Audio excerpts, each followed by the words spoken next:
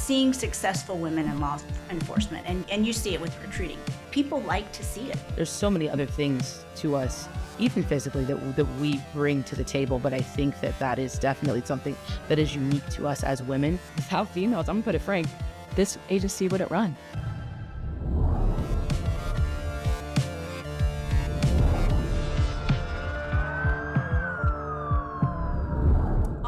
Welcome in for the second edition of Inside JSO. We are so glad you are here with us tuning in.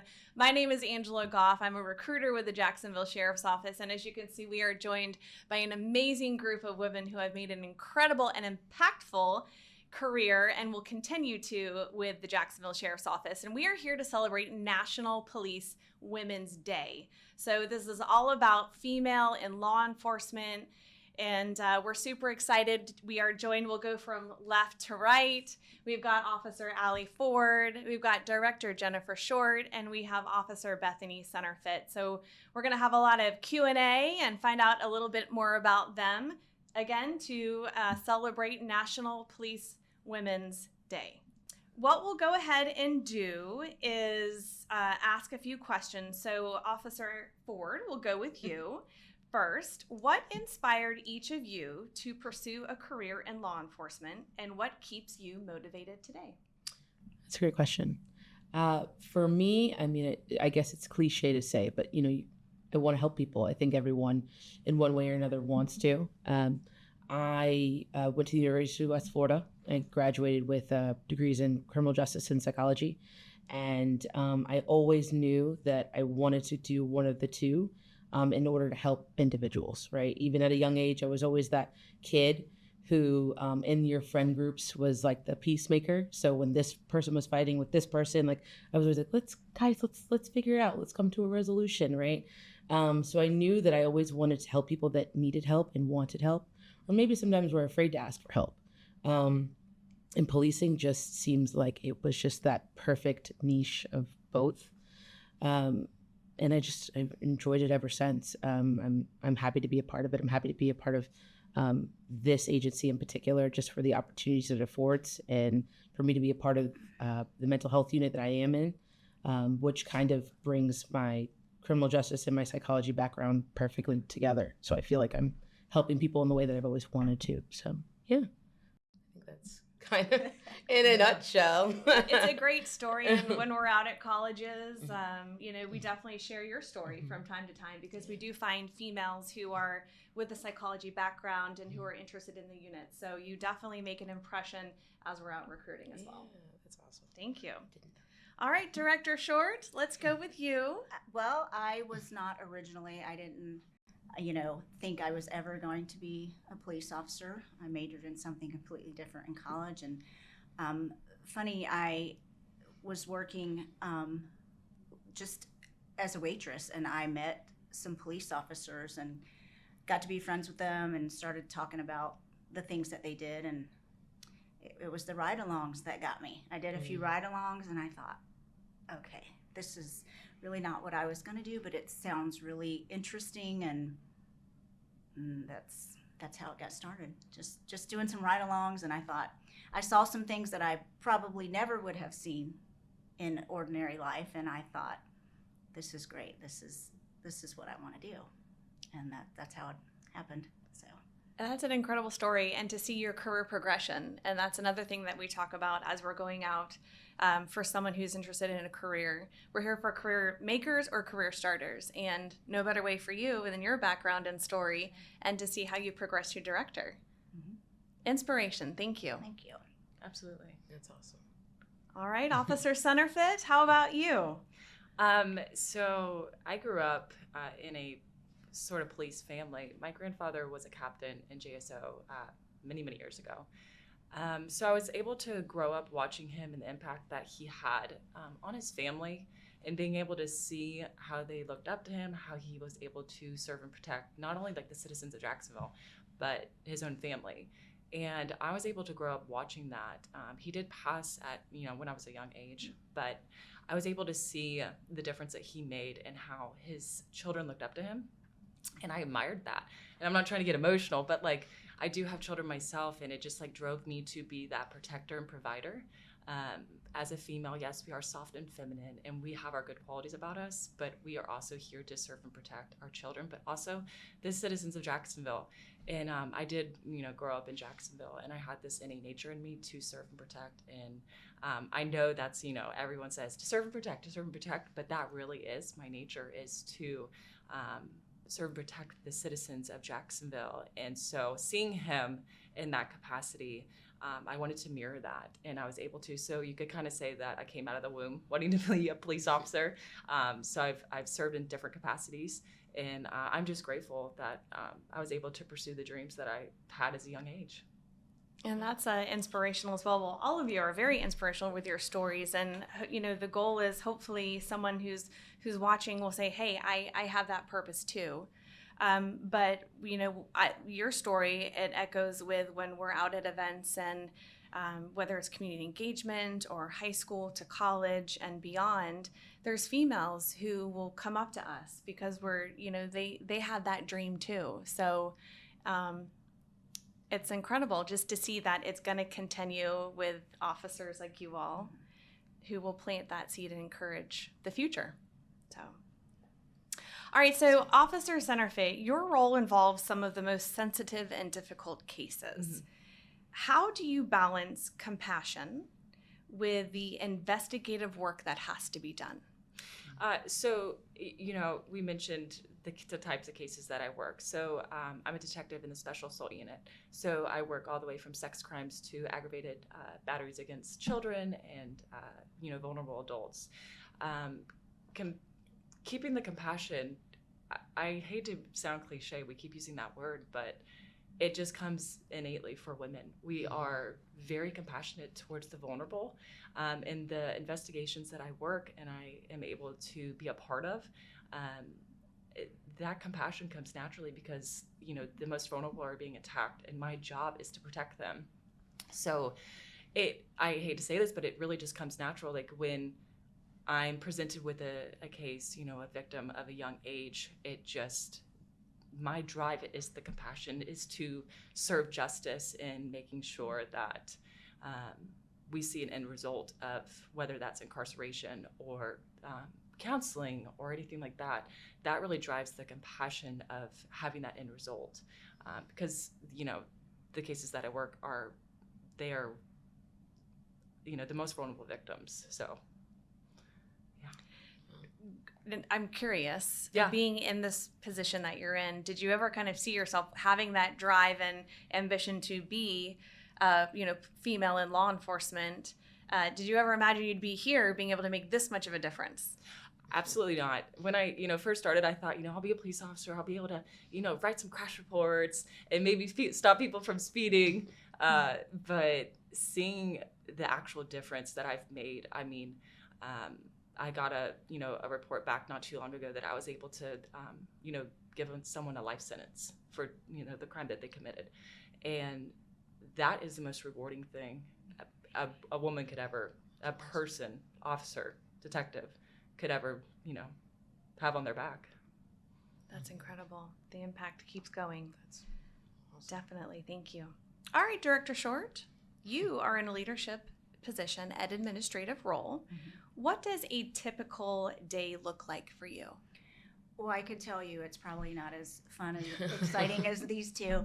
I've been on over 20 years, and I've done a lot of different things. When you get to an administrative role, I love my job. I enjoy it. It's not really police work per se, like they're still doing and making the impacts. It's more, like you said, it's more administrative. I oversee the services department, which is, a lot of the fleet, the budget. So it's not really fun stuff, but it is important stuff. So day to day, I attend a lot of meetings. I meet with the people that I work with my team, and we discuss what's going on in the units, issues that we might have. There's a lot of planning to what I do as far as budget, vehicle orders. We have to account for the vehicles that we're going to need for the following year. And so it is a lot of planning and a lot of meetings, you know, not fun stuff, but necessary stuff. And I do enjoy it. It's just completely different. It's still police work, but not what they're doing. And, you know, I do miss that. But so a lot of administrative, just kind of behind the scenes stuff. My team is really the ones that are doing all the work, all the legwork. I'm just kind of overseeing what's going on. But, you know, again, you started off and now you're here in that role. But I think it's also interesting because even when we go out and about and, you know, a lot of individuals, they don't necessarily understand the depth of what all goes through at the Jacksonville Sheriff's Office.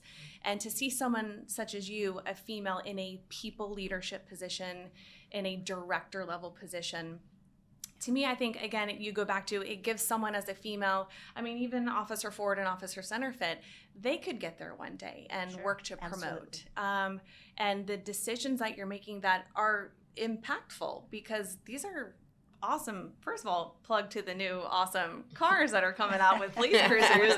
But that's needed and that's important. And that's the beginning of making sure that our officers have the best of the best and are able to serve the community the best that they can. So I think we do without her. Yeah. Exactly. So we need you. But no, I mean, it's super excited to see your role continue, you know, and what you're doing and the impact you're making in that way.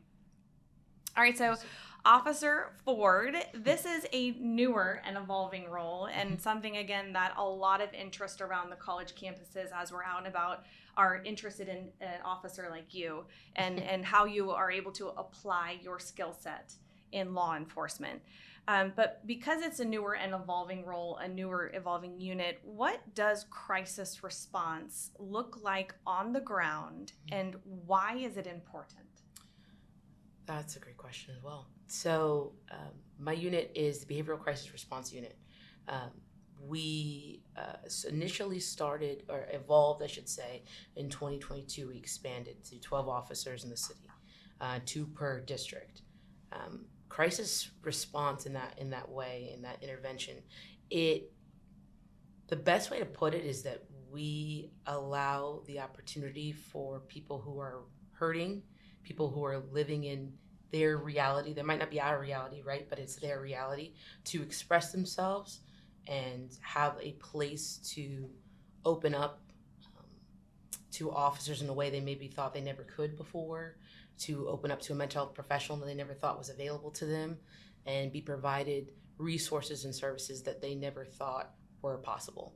I think that I teach during CIT week at the academy, and I talk to recruits about de-escalation skills, right, and in communication. And I end every class, if you will, with the idea of, hey, you're gonna meet officers who may talk about how they've been in 85 fights and they got all these battle scars and what, like, cool, that's awesome. And then you'll meet some that have been in like 4 fights. And the difference between the two is how you speak to people, how you talk to people. And I'm not trying to compromise safety, but try to come in with a little empathy for individuals because they're struggling in ways that we've never thought are even possible, right? So I think providing that type of service to individuals is what it's all about, what our unit's about, and is what that crisis intervention is really about. Just listening to people, because most times people just want to be heard. Like, no one's calling the police because they're having, you know, a birthday party and a barbecue and they want us to come out. You know, they're calling in the worst times and the worst situations of their lives, and we're just the first face they see.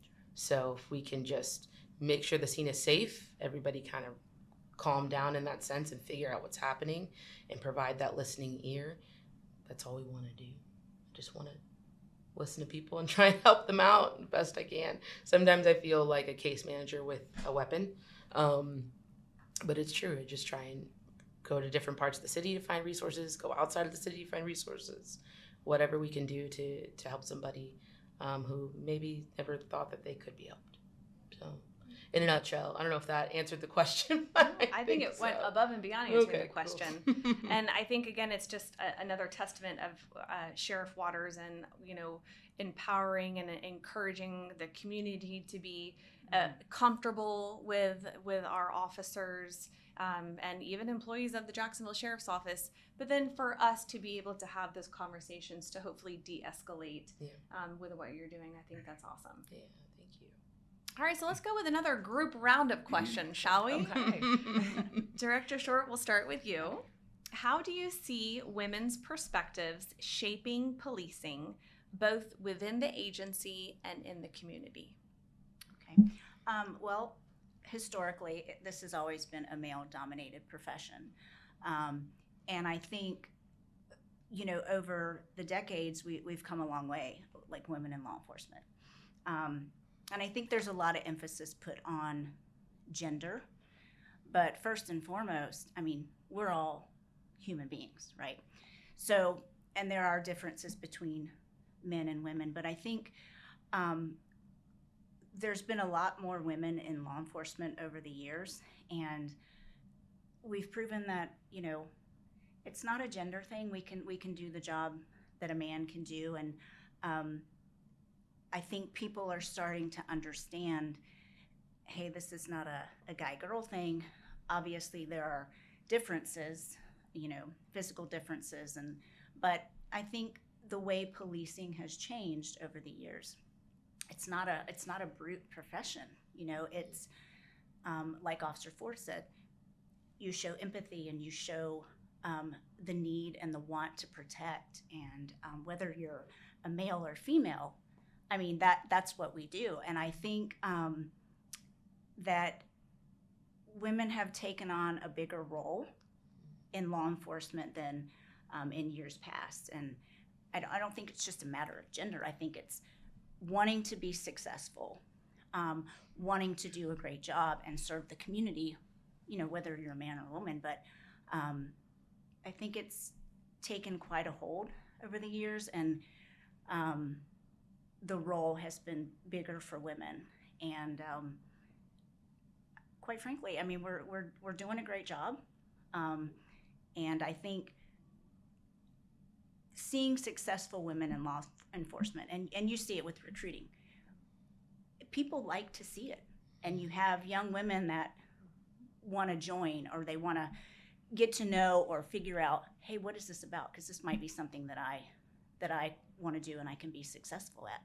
So I think the strides that we have taken as women, and just as, like you said, caregivers and committed to service, I think it's it's starting to shape law enforcement and the perspective that the community has. I love it. That's great. Officer Senterfitt, we'll keep going with you. Again, the question, Yeah. How do you see women's perspective shaping policy, both within the agency and in the community? I have to, backpack a little bit. The culture is shifting a little bit, and I'm proud to be a part of that shift. It's fantastic to see that women absolutely are needed in law enforcement. And I'm not even speaking in terms of, the physical differences as far as physical power, but the mindset we have, the attention to detail, the compassion we might have over a male. There's a few God-given instincts that we are given at birth as females that I think are so valuable and important to the sheriff's office, that I think some of you talk about policies and things like that, I think all of our policies are already in the mindset with a female, because, look at the directors we have, and look at the chain of command we have. We have women in these positions that are able to create these policies. Director Short, you've got Chief Jamie Eason. You've got many other ones that I've worked for, that we've already started this change many years ago. I just think that it's being more noticed and recognized lately, because of the culture changing, and I'm just proud to be a part of it, to be honest. I'm proud to be next to these women, all three of you, in our sisterhood. And I think that this change has already been happening. It's just more prevalent now. I agree. Awesome. Great. All right. You guys Officer are Ford? killing it. Just so you know. It's kind of hard to go off based off those because it's exactly what we all think, right? I mean, I think the level, like you said, of compassion, our empathy, conflict resolution, the ability to just our presence sometimes just calms situations down. Absolutely. Can calm people down, can make people feel more comfortable just opening up. I think that that is being shown in such a bigger light, and I love that. And I think because that light is being shown on us in that way, we're being looked at as the asset that we are. And again, there's so many other things to us, even physically, that we bring to the table. But I think that is definitely something that is unique to us as women. Just echoing off of you guys, that it's, that is something that is important and is needed and is necessary, especially with, these days with social media and with kids. And it's just, it's difficult. I mean, there's parents who don't even know how to talk to their kids. Like I remember even me, I've only been on for 5 years or so. So I'm a little younger in the agency. But even me in high school, in middle school, it wasn't like it is these days. So, kids, sometimes they don't even want to talk to their parents. So to even come in as a female and kind of already have that ability to break down those walls just by our presence is so important. I mean, it's so impactful. You know what I mean? Yeah. So, well, to backpack off of that, as females, we kind of already have this, and I'm going to put it out there. Like we have this, like we have to prove ourselves because this is a male-dominated field. And sometimes, people assume before we even open our mouths what's going to come out of our mouths. Right. So we've had to, dig a little deeper with our leadership, ways, with how we're always improving, how, how to respectfully demand respect. And I think that women in law enforcement, we've just evolved into these women that we, empower, the JSO core values, but we're able to do it in such a soft, respectful way that it's awesome to watch. And to, I'm just backpacking off what you're saying. It's like 100%. we're able to kind of like morph into this like women that we can be just as great and good and powerful and strong as these men. Exactly. But we're able to add that touch of softness that just breaks those barriers with me and, special assault. Yeah. I've had male partners, I've had female partners, and I've kind of noticed the difference when we are talking to victims, especially female victims. You just see this wall just melt away when you just have a female to female conversation. It's so nice to see that, and I love being a part of that.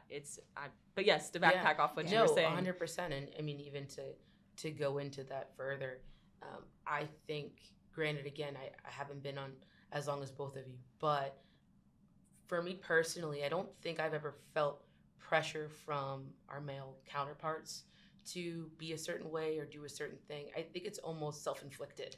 Absolutely. Like I put the pressure on myself to be, braver in situations, stronger in situations, more confident in situations, which at the end of the day is only helping me and benefiting the community, right? Because I'm learning, even in this situation, right, to put myself in uncomfortable situations to get comfortable in them, right? I love that, yeah. So, I don't think I've ever felt like someone was like coming at me because I'm a female police officer by a male officer. It's more so, I think I do it to myself. I don't know why we do that. I don't know why, I think it's generally because that stereotype has been there for so long, and it's, like I mentioned earlier, a lot of times, people think of police and that's a physical job, and a woman can't do what a man can do, because obviously there are differences in the physicality, but I think it's just a matter of chipping away at that stereotype. Yeah. And like you said, not self-inflicting that on yourself and saying, we're here to do the same job, and let's not look at the gender, and let's just go out and do the best that we can to serve the community. Yeah, absolutely. For sure. I like that. And we're so excited we get to have a podcast like this so we can show this to future generations as well. So this is just incredible. Well, let's keep on going with some more questions. So Officer Ford, how do you approach de-escalation differently when someone is in a mental health crisis? I try not to lie to them.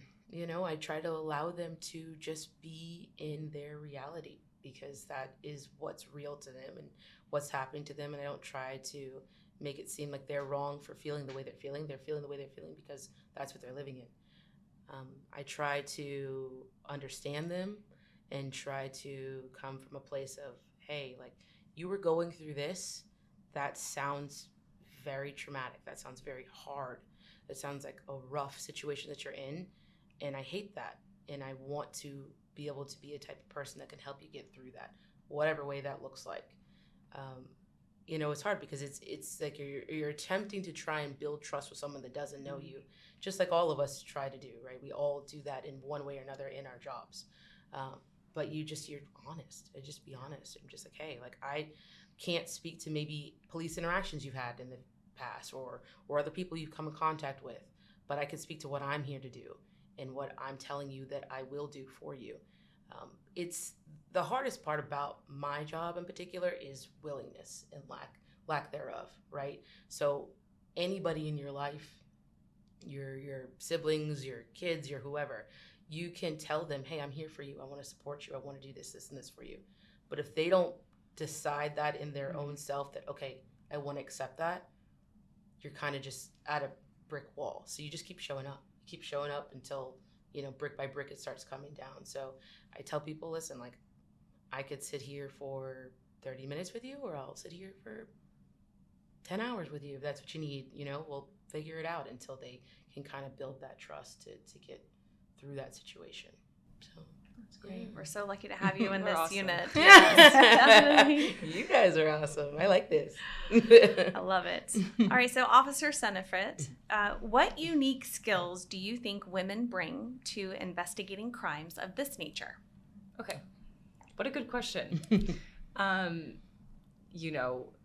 backpack off this kind of trend, but the innate compassion for the most vulnerable victims. I think attention to detail. Women really pay attention to details. It could be the subtlest disclosure from a victim, witness, or suspect, and it just connects those dots. And I feel like women, I was really good at that when I was younger. I was like, something's not lining up. And I was able to connect those dots. And I think women are just very good at that. And being able to connect those dots in my investigation, picking up on the little things, having the compassion for the most vulnerable victims as well. But also, when interviewing, suspects or subjects, we're able to come across as very compassionate towards them. I've noticed that is a huge help with interviewing suspects and subjects. We do care about them because some of the times our suspects are victims themselves as children, or they were victimized, and I care about them and I want them to feel the compassion that I have to them. So that's just a little bit of a variable. It's like attention to detail, the compassionate towards them. Also, just being a female, we're able to, sometimes get a little bit more information. Sometimes we're able to poke and prod with our witnesses. If there's a big brawly man asking, hey, can you come to downtown and I want to interview you. I'm just a witness. I don't want to be here. It's like, I tried to put the little female energy into it and ask them hey, will you please come downtown and talk to me? I believe you're, an asset in this investigation. I would love to speak with you. 9 times out of 10, they're going to come downtown and help me in my investigation. And that's just a little aspect that helps as a female. But also just being a mother of 2 young children myself, we work with, aggravated child abuse against the innocent. I've got that mama bear in me, and I'm able to protect other children that are not even mine. Mm-hmm. And that's something, as a woman that has given birth, a man is never going to understand that. They're just not. So being able to investigate these crimes, it's just that innate nature to protect these children. So that's a quality that I can't truly describe. It's just God-given. And I'm just grateful that those are the few qualities that we're able to bring to the table in these type of investigations. I hope I answered your question. You did, but I'm gonna ask a little bit further, because another thing that kind of comes up is, with that, do you feel like that helps you build trust with, being a female, with the traits that we know that we have and that you just went through? Or how do you use that in a way, not in a bad way, but how do you utilize those tools that you have to build trust? And maybe if someone's a little hesitant, how we get them to come forward? Totally. That's a good question.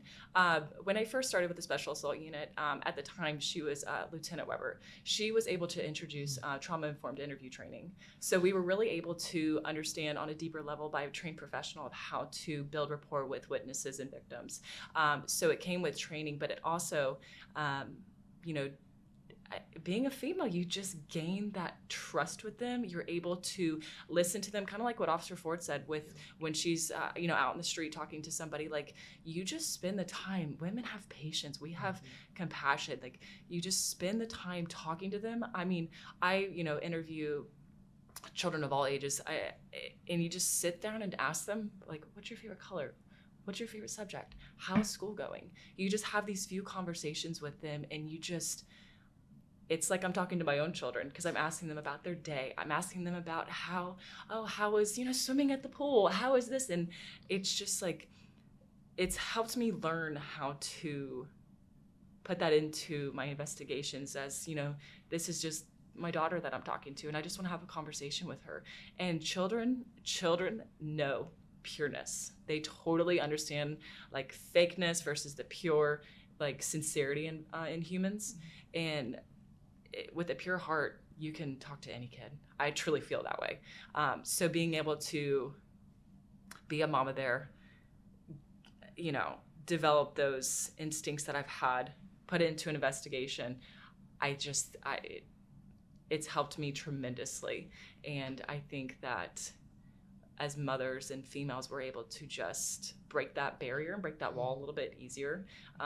So it's almost like, I want to say it's a God-given thing, but also, Chief Weber, she was able to help us gain the knowledge on how to do trauma-informed interviews, which is a huge help.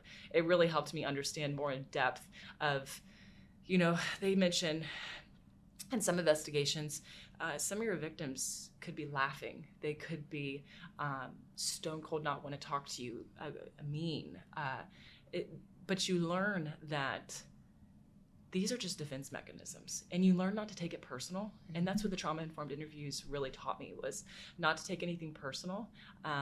So you kind of put that aside, and you just turn on that mama bear protector, like, hey, I'm here to talk to you. I'm going to be here for you. Whether I have to hold your hand, wipe away your tears, I'm here for you. And I'm grateful for what I've learned from the trauma-informed interviews and being a mom. I just think it encompasses a lot when we're talking to our victims. And, you can even say, hey, there was a female in a leadership position who has now career progressed herself as well. Yes. Who helped lay that foundation for you as another female officer. So I love the correlations already as we kind of share these stories. That's amazing. It is, definitely. Honestly, that's really cool. So, Director Short, what advice would you give women who want to grow into leadership positions within law enforcement? I would say to anyone, but since we're discussing women, always do the best that you can do. This is a big agency. There's a lot of great people here. I mean, I've had the privilege of working with so many great people. I would say if there's something that you want to do, work toward that. Don't be discouraged or intimidated by, like I said, there's so many good people in this agency. And quite frankly, a lot of competition for things that you want to achieve. But with any goal, I mean, you work hard at it. Find a mentor. Those are so important.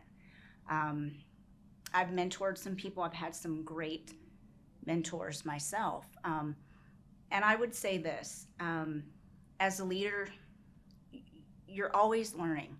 You don't know it all. I think good leadership is hey, I want to do a great job here. And you look at, like I said, mentors or people that are maybe not even at the same level that you are, but you admire the work they do, how they conduct themselves. Just reach out to those people.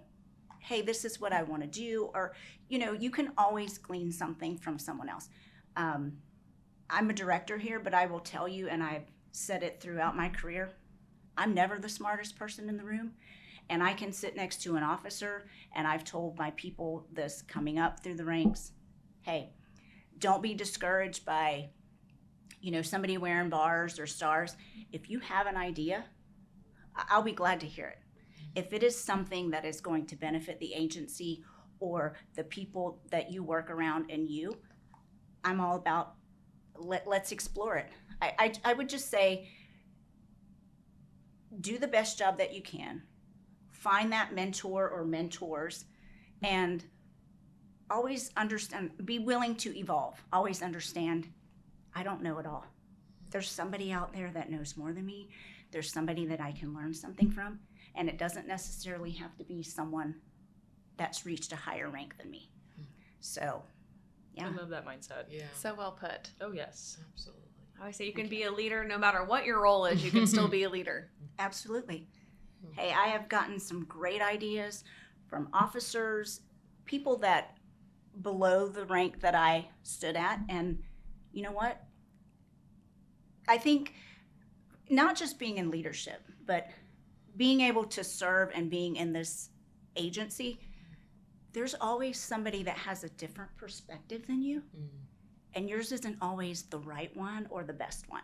Correct. So I think if you are dedicated to service and you are dedicated to this agency, you have to look to expand that perspective and take ideas from other people, and also, recognize those people for those ideas. Awesome. Yeah. Thank you, Director. Be humble. Right. Yeah. Awesome. I love it. Well, let's keep going. Shall we Sounds have good. another group, Yeah. group question? All right. So this kind of comes up as we're out in the field and out recruiting. Sometimes we all have different situations at home. So, but I always say a strong support system is needed for any kind of career, especially in law enforcement. So, Officer Ford, what support systems at home or within JSO have made the work-life balance easier for you? Oh, well, I have great parents. I have a very supportive partner at home. I have a great brother that are all local, and most of my family, also the extent of my family, the extended part of my family, they all live in Jersey. But they're always calling, they're always checking on me, they're always asking about me. And I feel their, I don't want to get emotional, but I feel their presence with me every day. And that helps me. I have, not to shift it, but I know that we're always asked about our why, right, of why we're here. And my why has been the same, but it's shifted. It's added more, it's been more fulfilled throughout my time here. And my cousin passed away last May, and in the line of duty. He was a police officer as well, up in New Jersey. And I keep his challenge coin with me in my pocket. So that's another, it's not necessarily a support system, but it's more like, I know that he's up there, so I want to continue to do this for him, right? So I think that having goals and having people you are here for pushes you to be, not just support yourself, but support those who aren't here to have that job, right? That you know that they would be doing a great job if they were here. Within the agency, I'm one of those officers that has decided to, instead of keeping, I have some of my friends in the academy still, and it's nothing against them or anything like that, but to learn and to excel, I feel like I should learn and excel from people who've been here for some time. So I try to surround myself around people who have a lot of time on. So I even still reach out to my old FTO who'd been on for almost 30 years. My very first patrol sergeant, I talk to her all the time.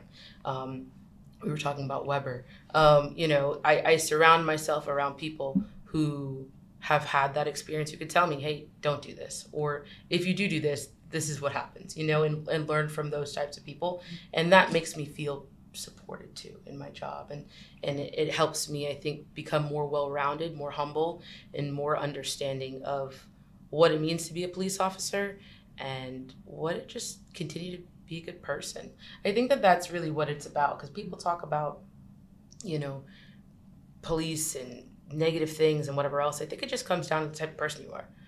Absolutely. Just be a good person. Yeah. You know what I mean? And then that will come out in all the things you do, and keep good people around you, keep that good support system, your family, your friends, your coworkers. And so that's what I do. I keep veteran officers around me, and like I said, my partner and my family at home, they're great. So, yeah. That's So, awesome. they're That's awesome. awesome. I love it. Thank you Yeah. thank you for sharing other, all of your motivations and support system. Mhm. So, Officer Senterfitt, what about you? At home, within JSO? I got really lucky. Back in 2017 is when I started, and or 16. I was lucky. I met the love of my life, my husband, in the academy. We quickly met, we got married, and we have 2 beautiful children. He understands the job like no other, because he is boots on the ground every day as well. So having that support system at home, he understands it more than the typical person, because he lives it every day.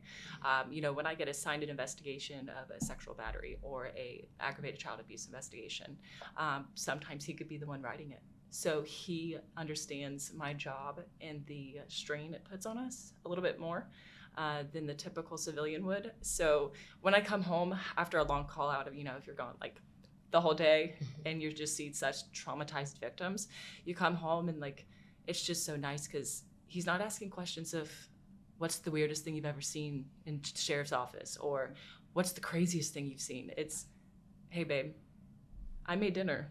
Let me draw you a bath real quick, because he understands it so much differently than the normal typical civilian. So I'm blessed to have him in my life. And my children, they're very young, but they understand the police officer, the serve and protect.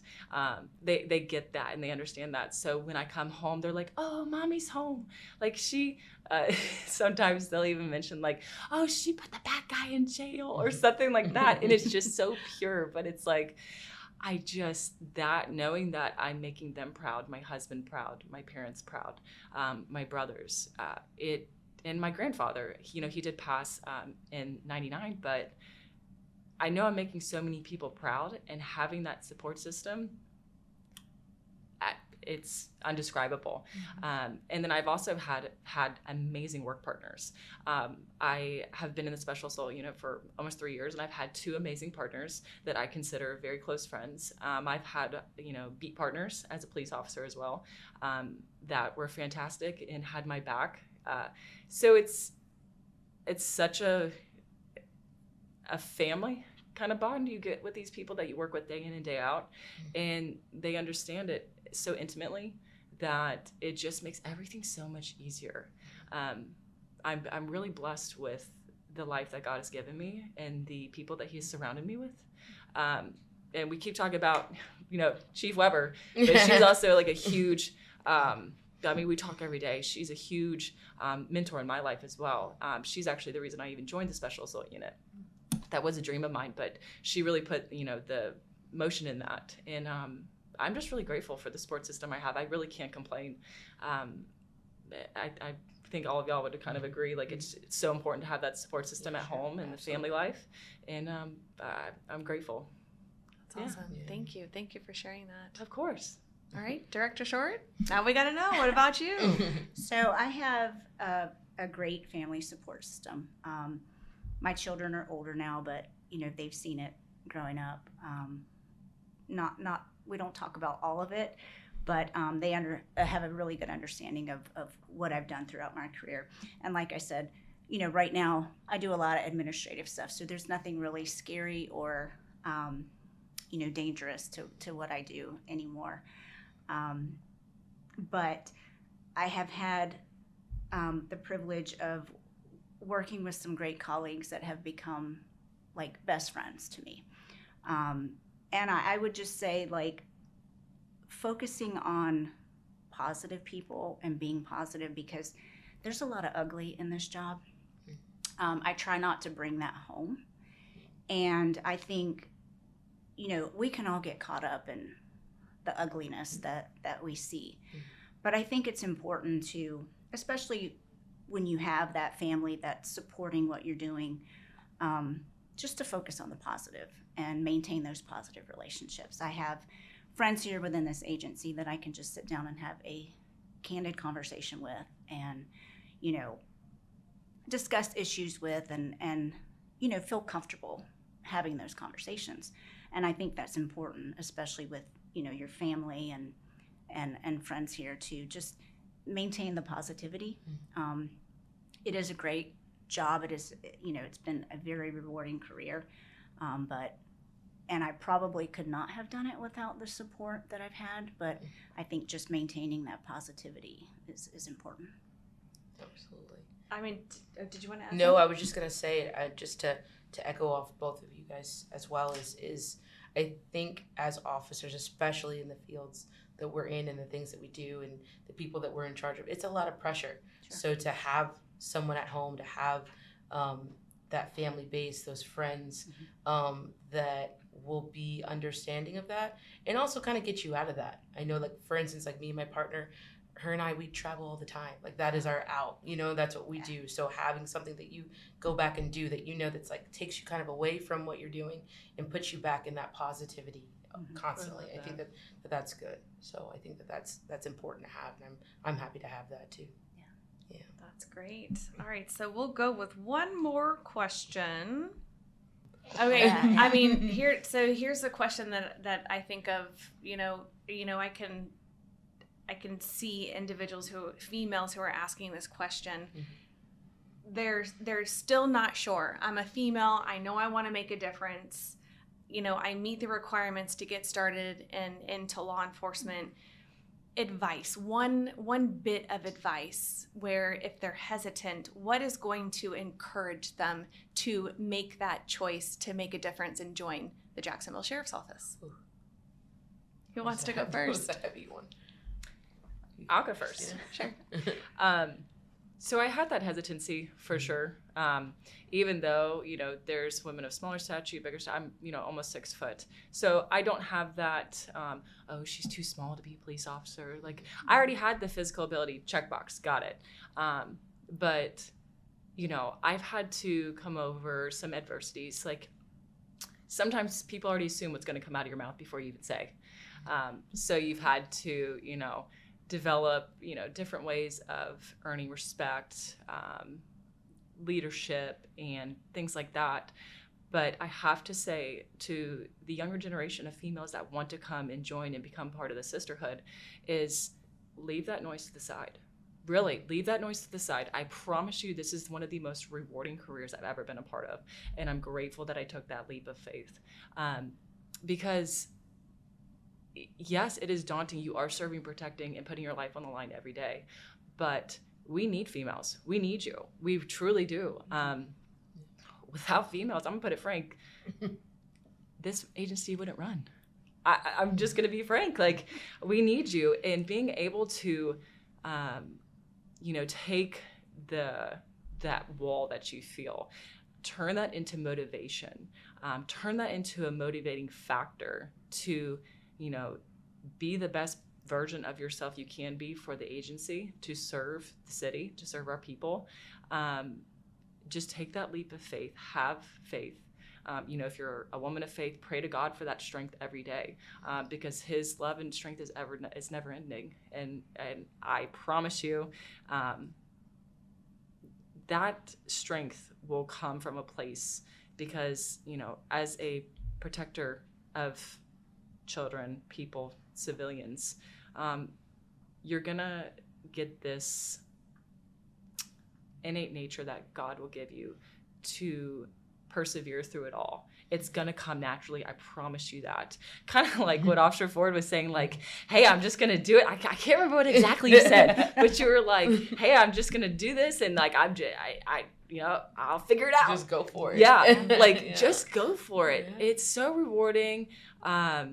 You're going to see the changes you make in people's life, whether it's, you're able to tell them to put on a seatbelt with a ticket and then that prevents a future accident, or, putting, an abuser away in jail. You're going to be able to make a difference and just keep that mission first mindset.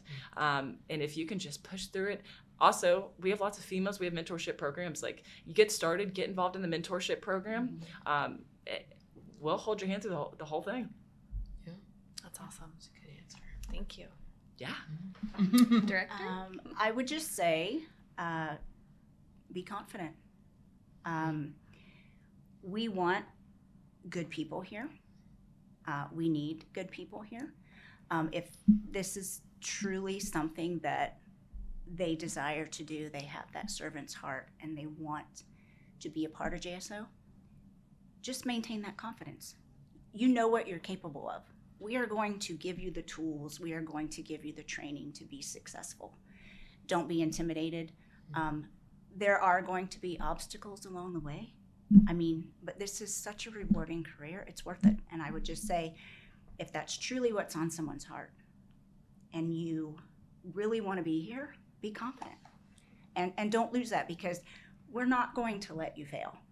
We're going to provide everything that you need to be successful, and you will. And I've been here 26 years. It's been so great, and I don't regret any of it. It was difficult. I won't say that it wasn't, but there's just so much opportunity here. So just maintain that confidence and go for it. I love it. To backpack off what you said, Yeah. Director, born and raised beach girl, I was assigned 9 years ago to, which was then the Zone 4, and I had to work the 103rd area, 103rd Street. I'm a beach girl. I was like, this sounds cool. Like, I'm excited. I get to work 103rd Street. And, I was immersed in it, and I learned very quickly that my passion to serve was going to be amplified there. Mm-hmm. And I'm lucky that I got put there, because my partner, the sheriff's office, our training that we go through, that really equipped me to be the officer I am today. They will not let you fail. You're so right about that. They give you the tools, they give you the training, they give you everything you need. You, unless you're just driven on failing, the sheriff's office will not let you fail. I can promise you that.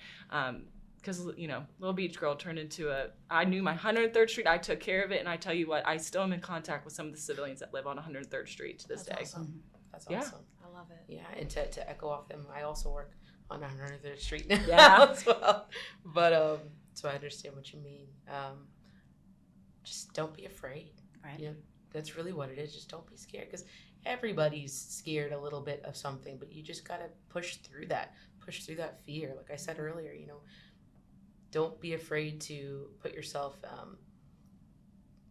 in situations where you're trying to get comfortable with being uncomfortable. You know what I mean? Because this job, in every way, this profession has elevated my life outside of just being here. Just the type of person I've continued to become.